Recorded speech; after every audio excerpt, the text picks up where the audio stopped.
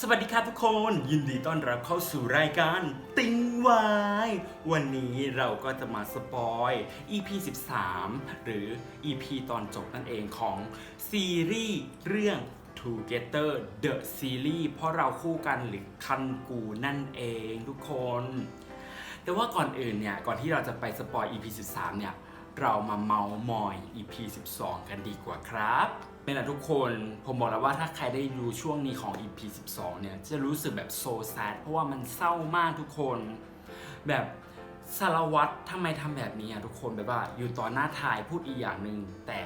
พอรับหลังมาก็ทำอีกแบบหนึ่งซึ่งผมคิดว่ามันทำให้ทายแบบเศร้ามากทุกคนเราดูก็เหมือนเรารู้สึกว่าเราอกหักแทนทายเลยนะถูกไหมทีนี้มันก็ตรงกับที่ผมเคยสปอยไว้ใน EP 12 นะครับที่บอกว่าผู้กำกับเนี่ยเขาน่าจะเพิ่มบทบาทให้แพมมากกว่าในนิยายซึ่งในซีรีส์เนี่ยแพมก็คล้ายๆตัวปัญหาตัวที่มาทำก่อความวุ่นวายให้สารวัตรกับ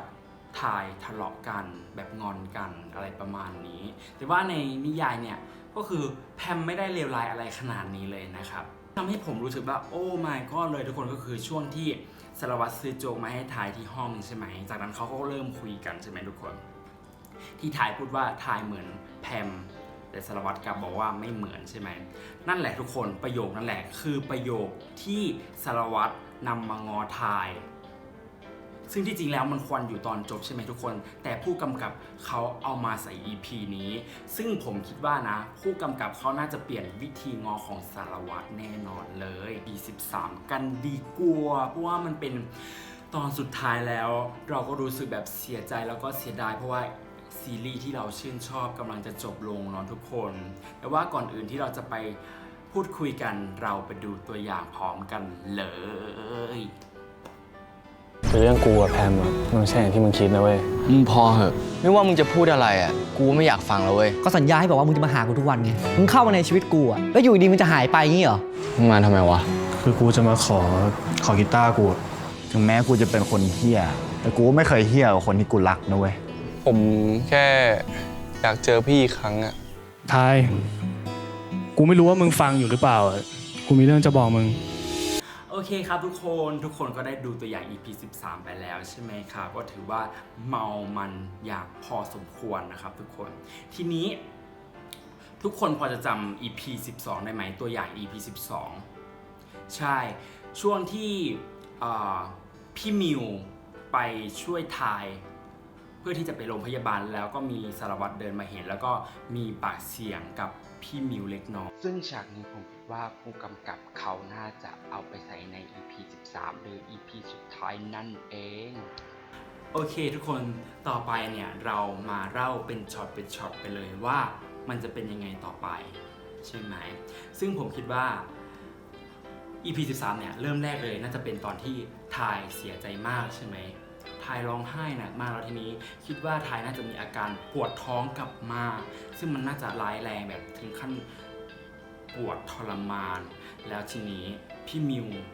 กับเพื่อนๆน่าจะมาเห็นก็เลยช่วยทายน่าจะพาทายเนี่ยไปโรงพยาบาลแต่ระหว่างที่กำลังเดินทางเนี่ยก็ดันไปเจอสารวัตรมาพอดีจากนั้นก็มีการพูดกันเล็กน้อยกับสารวัตรแล้วก็พี่มิวหลังจากนั้นผมคิดว่าพี่มิวน่าจะปล่อยให้ทายเนี่ยไปโรงพยาบาลกับสารวัตรแล้วก็เลยเห็นฉากที่ทายกับสารวัตรคุยกันในโรงพยาบาลทีนี้พอมาถึงโรงพยาบาลทายเนี่ยก็ได้แบบฉีดยาเข้าน้ำเกลืออะไรประมาณนี้ทุกคนคิดว่าทายน่าจะแบบเป็นอาหารเป็นพิษหรือเปล่าหรือว่าเป็นโรคอื่นอะไรประมาณนี้ทุกคนแล้วทีนี้สารวัตรก็มาบอกว่าแพมกับสารวัตรไม่มีอะไรกันแต่ทายตอนนั้นก็คือทายโกรธมากทุกคนทายโกรธมากว่าทำไมผมคิดว่านะทายน่าจะคิดว่าเวลาอยู่ต่อหน้าทำไมสารวัตรพูดอีกอย่างหนึ่งแต่พอรับหลังเราทำอีกอย่างหนึ่งซึ่งทำให้ทายโกรธมากผมคิดว่าอย่างนี้นะแล้วทีนี้ทายก็งอนแบบโกรธสารวัตรแบบครั้งยิ่งใหญ่มากแล้วทีนี้ก็คือแบบทายโกรธมากใช่ไหมทุกคนทายน่าจะแบบไม่ยอมให้สารวัตรง้อง่ายๆ โอเคทุกคนและที่สำคัญมันมีประโยคนึงที่ไทยยังไม่ได้พูดกับสารวัตรซึ่งผมก็ภาวนาว่าไม่อยากให้มันมีเลย ซึ่งแต่คิดว่ายังไงมันก็ต้องมีแหละมันน่าจะมีสถานการณ์ที่เขาแบบทะเลาะกันแบบไทยแบบไม่ยอมฟังคำเขาเรียกว่าอะไรไม่ยอมฟังคำสารภาพจากสารวัตรที่สารวัตรตามมาง้ออะไรเงี้ยทุกคนแล้วทีนี้ไทยก็เลยพูดประโยคนี้ไปผมคิดว่ามันน่าจะเป็นแบบนี้นะแต่ก็ภาวนาว่าไม่อยากให้มันมีในซีรีส์ประโยคนั้นก็คือสารวัตรกูพร้อมแล้วมึงจะบอกเลิกกูก็ได้นะนี่แหละทุกคนประโยคนี้แหละที่ผมไม่อยากจะฟังเลยอะแต่ว่าคิดว่ามันน่าจะมีแต่ก็อีก 50% ก็คิดว่ามันเขาน่าจะไม่มี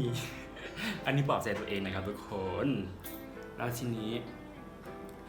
ทายเนี่ยน่าจะตัดสินใจไปขออยู่กับฟงที่เป็นเพื่อนของทายแล้วทีนี้สารวัตรก็อยู่ช่วงที่แบบกำลังใกล้จะถึงวันแข่งอย่างเงี้ยก็ต้องซ้อมกีตาร์ซ้อมวงดนตรีด้วยใช่ไหมแล้วทีนี้สารวัตรก็เลยไปทวงเอากีตาร์มาคืนแบบครั้งแรกที่เห็นช็อตนี้ก็คือแบบโอ้ my god มันเจ็บมากมันน่วงอยู่ในใจอะทุกคนถูกไหมแล้วทีนี้ซึ่งบอกเลยว่าเราคิดว่ามันน่าจะไม่มีอะไรเราคิดว่านะที่สารวัตรมาทวงกีตาร์จากทายคืนเนี่ยน่าจะเอาไปเล่นที่งานมิวสิกเฟสติวัลที่สารวัตรลงแข่งขันดนตรีซึ่งที่บอกว่า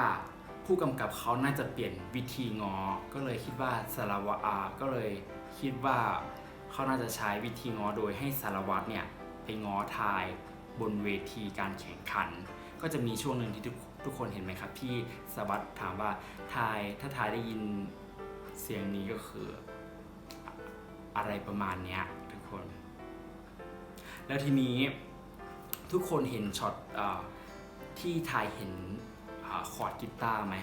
เราคิดว่านะที่จริงนะไม่ใช่เพลงของแพมแต่ว่าเป็นเพลงของทายที่สารวัตรจะเอาไปเล่นในวันแข่งงาน Music Festival ของมหาลัยซึ่งเราคิดว่านะทาง GMM เนี่ยเขาน่าจะ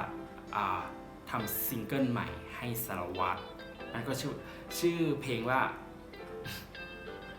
ไม่บอกดีกว่าให้ทุกคนไปลุ้นเอาว่าชื่อเพลงจะชื่ออะไรแล้วก็อย่าลืมติดตามชมซิงเกิลเพลงใหม่ของสารวัตรด้วยนะทุกคนอาจจะถามว่าเฮ้ยขนาดตอน12อ่ะยังเจ็บแล้วก็หน่วงขนาดเนี้ยแล้ว EP 13เนี่ยมันจะจบสวยไหมทุกคนก็กังวลใช่ไหมข้างแรกเราก็กังวลเพราะว่าผู้กำกับคนนี้เขาแบบหักมุมเก่งมากถ้า